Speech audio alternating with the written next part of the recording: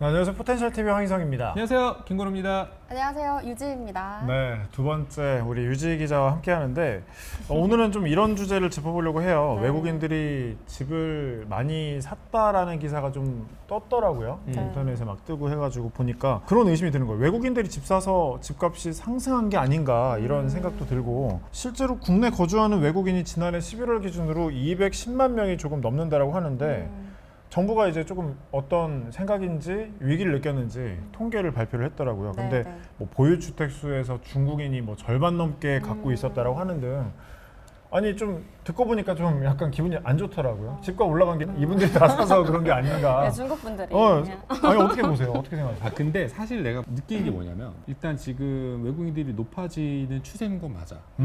앞으로 더 많아질 것 같아. 왜냐하면 일단 첫 번째는 우리나라 이제 저출산부터 노동인구 감소 등이 시작되니까 사실상 일할 사람이 현장에서 굉장히 부족하거든. 그러니까 외국인들이 들어올 수밖에 없는 상황이고, 뭐 이민청 설립까지 한다고 얘기하니까 그런 것들이 계속해서 심화됐을 땐 우리나라는, 나는 이제 아시아의 미국같이 변할 거라 생각을 하거든. 그러니까 외국인들이 계속해서 들어오는 환경과 사회가 만들어질 것 같아. 다민족 국가 느낌? 그런데 왜 중국이냐는 거죠. 근데 생각해 보면은 네. 중국인이 많을 수밖에 없어. 가까워서? 지리적으로, 인구적으로 이거는 너무 많고 가까우니까. 그쵸. 그리고 사실 우리나라에 들어와서 국적 따는 거는 정말로 어렵거든, 생각보다. 그런데다가 이제 중국인들은 돈도 많아요. 그런 것들이 결합되면서 이제 투자 목적으로, 그리고 국적 취득이나 혹은 뭐 실질적인 합법적인 거주 목적으로 취득을 함으로써 얻을 수 있는 임시 영주권부터 시작해가지고 그런 것들이 이런 주택 구매를 부추기지 않았나 하는 생각은 해. 그런 게 앞으로는 더 심화되지 않을까, 난 이렇게 보고 있거든. 근데 우리나라 사람들도 어떻게 뭐 먹고 살고 살 곳이 있어야 되잖아요. 근데 다 뺏기게 생겼어요. 이러다가 혹시 여기 대해서 좀 조사된 게 있나요? 유 기자. 다 뺏기는 것까지는 잘 모르겠고요. 네. 조사된 것 좀 한번 얘기를 해주세요. 네. 얘기를 해보자면 이제 외국인이 사실 보유한 이 주택의 경우에 사실 네. 전체 그 주택의 0.4% 정도밖에 되지 않는다라고 또 볼 수가 또 있거든요. 그 중에서 주택이 한 8만 건 정도가 거래가 됐는데, 그 중에서 이제 거의 5만 건 가까이 중국인들이 거래를 하면서 중국인이 뭐 우리 주택의 뭐 60% 이상을 사고 있다 막 이런 식으로 약간 언론에서 좀 이렇게 불안감을 조장하는 것도 조금 있지 않나 좀 개인적으로 생각을 하거든요. 네, 좀 그런 생각이에요 저는. 언론 플레이도 좀 어느 정도 있다. 어느 정도, 그러니까 그 자극적이잖아요. 중국인이 60% 샀다. 네. 뭐 이렇게 하면은 속된 말로 싹쓸이 한다. 그러니까 싹쓸이 K 부동산 쇼핑, 뭐 이런 것들이 단어도 막 나오니까 클릭하게 되는 거죠. 클릭하게 되고, 그러면 이제 적대감이 높아지잖아. 네. 그러니까 어떻게 보면 중국인들이 우리나라 부동산 싹쓸이 하는 거 아니야? 다 뺏기게 생겼네? 물론 이제 거기에 팩트도 있더라고. 환치기 같은 경우도 있고. 그리고 환치기. 이제 규제를 좀 피하니까 실제로 이제 돈 있는 사람들은 투자 목적으로 하고 있는데, 근데 이거는 우리나라뿐만이 아니라 전 세계적인 현상이라고 얘기를 해.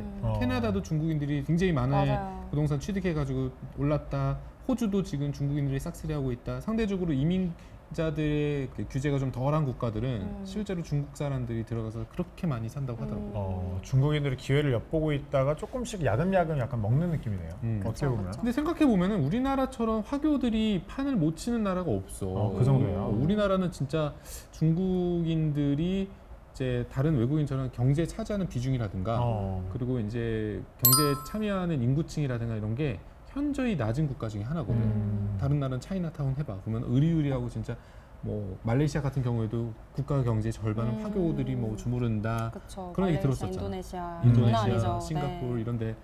그런데 우리나라는 유독 못한단 말이에요. 연남동도 사실 중국인들이 많이 살았던 곳이잖아. 그런 것들이 되게 재밌는데, 이런 사례를 좀 빗대어 봤을 때는 중국 사람들이 많을 수밖에 없다. 부동산도 그렇기 때문에 중국인들이 많이 산다. 근데 지금 막 진짜 심각하다 할 정도는 나는 생각보다는 아니다고 생각을 하지. 더 심각해질 수도 있는데 아직은 괜찮다 이런 느낌인 거죠. 그러면 규제 관련해서 이런 부분도 좀 짚어봐야 될 것 같아요. 우리나라 사람이 투자를 하면 사실 규제도 많고 이런저런 제한도 있고 한데, 외국인들이 투자할 때는 좀 어때요? 일단 외국인은 한국에 있는 법을 효력이 없잖아요, 외국인들한테는. 그래서 뭐 LTV라든가 이런 것들이 전혀 적용이 안 되기 때문에 사실상 예전에 한 2021년에 그 30대 중국인이 그 강남에 있는 주상복합 여기를 89억 정도에 매입을 했는데 다른 외국 은행에서 100% 전액 대출을 해가지고 산 경우가 있었어요. 그러니까 이런 식으로 조금 규제를 피해가면서 슉슉슉 해가지고 한다라는 그런 얘기들이 있어서 지금 규제 같은 거를 많이 만들려고 하죠. 이 투기성이냐 투자성이냐 이제 이런 거를 먼저 조사를 해야 되니까 지금 거의 역대 정부에서 최초로 한 3억 원 정도를 투자해서 지금 전수조사를 하고 있다고 합니다. 네. 사실 어느 정도 투기 거래에 대해서는 제재도 필요하고 어느 정도 그럼요. 그 대책 마련이 좀 필요해 네네. 보이는데 김프로님 봤을 때는 어떻게 좀 이게 우리나라에서 제한을 걸거나 하는 걸로 좀 막을 수 있는 부분이라고 보세요?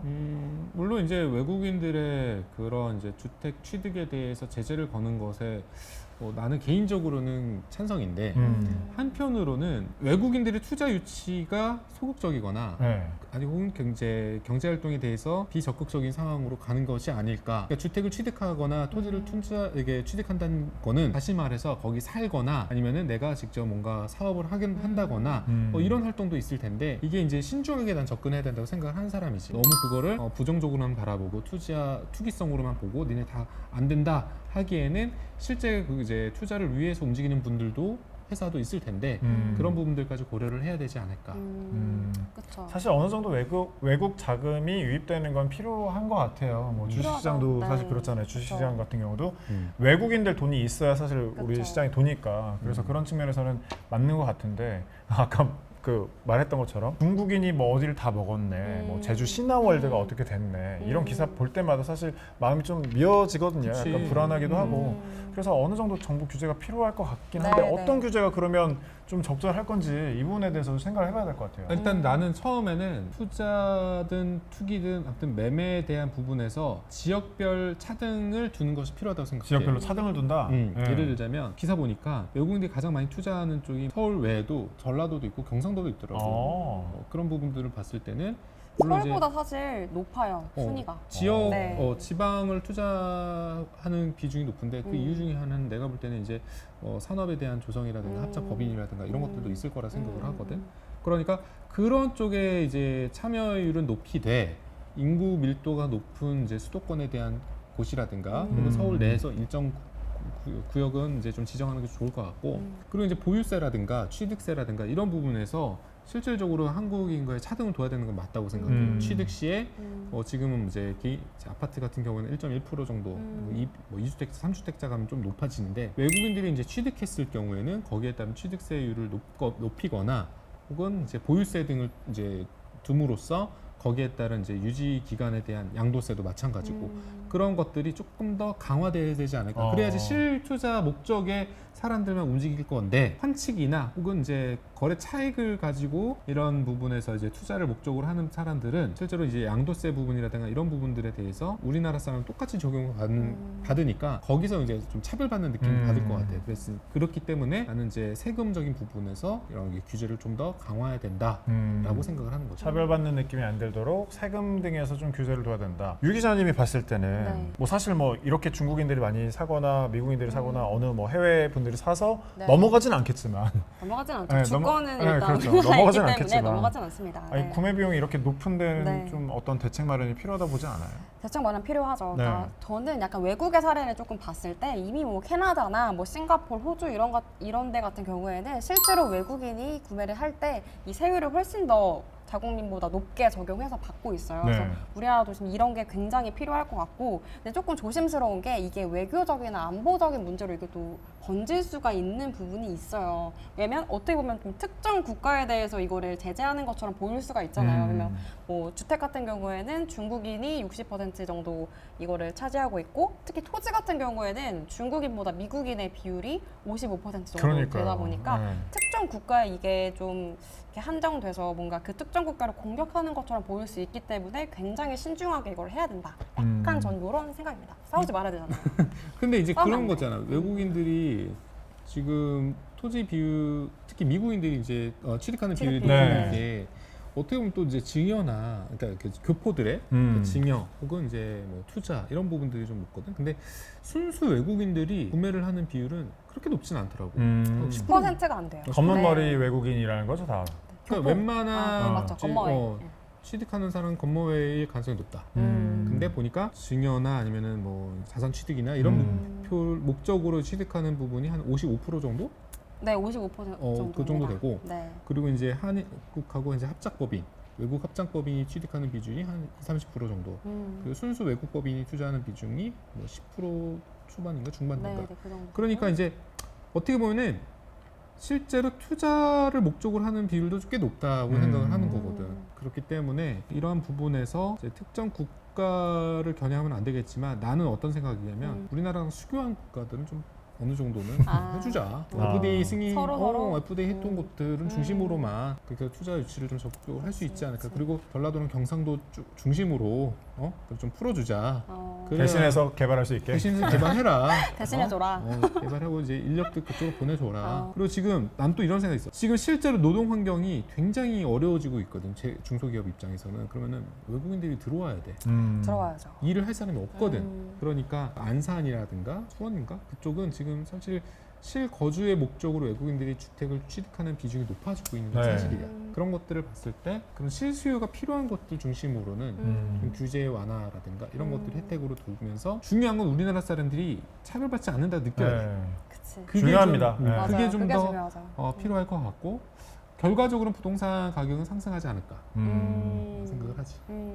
중요한 부분을 지금 말씀해 주신 것 같아요. 차별받지 않는 그런 부분이 일단 필요할 것 같고 외국인들 들어오면 개신해서 우리 개발해주면 사실 우리도 기분은 좋잖아요. 네, 좋죠, 어느 정도 뭐. 좋은 약간 진짜 그런- 땅을 막 네. 뺏기는 게 아니니까. 그리고 우리와 좀 수교가 돼 있는 국가 위주로 좀 잘 좀 협력해서 네, 잘 협력해서. 예, 좋게 좀 만들어갔으면 좋겠다는 생각 듭니다. 예, 이렇게 좀 얘기를 마무리 짓고 한번 맞춰보려고 하는데 또 뭐 짚어주실 부분이 있나요? 지금 이제 우리가 이제 간단하게 이렇게 외국인 주택 소유에 대한 부분들을 얘기했으니까 그런 나는 이제 이 현상이 앞으로 어느 정도까지 갈까 라는 부분들을 한번 좀 얘기를 해보면 좋겠거든. 그러니까 어떻게 생각해요, 기자님? 저는 이제 제가 아까 얘기했듯이 약간 이제 부동산이 계속해서 상승을 했고 안정적이라 생각해서 투자를 한 건데 그동안 지금 우리나라의 이 경제 성장률이라던가 이런 게 너무 저조하기 때문에 당분간은 약간 투자가 조금 줄어들지 않을까 이런 생각을 저는 좀 하고 있거든요. 그 이후에 늘지 않을까 이런 생각도 하고 있고. 난 반대로 음. 지금 뭐 우리나라 이제 부동산이 좀 주춤한 상태고 그리고 지금 좀 하락하는 곳들도 생겨났고 그러니까 이번이 기회다 해가지고 막 들어오지 않을까라는 생각도 들어. 왜냐면 외국인들이요? 환율도 지금 환율 벌써 차이가 많이 나잖아. 작년하고 비교하면 뭐 거의 200~300원 차이 나나? 그런 걸 봤을 때 지금 워낙 싸진 상황이란 말이야. 그러면 돈 있는 사람들은 지금 들어와가지고 돈 있는 사람들한테는 기회다. 기회가 될 거라 그렇죠. 생각해. 돈 있는 사람들한테는 항상 이런 경기 침체기는 돈 있는 사람들한테 항상 기회였어요. 돈 없는 금리 사람은 높고 이러면 이제 가만히 있어도 싶네요. 돈 쌓이고 우리는 열심히 이자 내고. 네, 어쨌든 뭐 좀 짚어봤는데 돈 없는 게 이렇게 좀 아프고 슬프면서 끝내야 된다는 게 좀 아쉽네요. 어쨌든 외국인 소유 관련해가지고 우리나라의 뭐 주택이라든지 땅 소유 관련해가지고 좀 짚어봤고요. 다음 시간에도 재밌는 주제로 좀 찾아오도록 하겠습니다. 여러분 고맙습니다. 감사합니다. 감사합니다.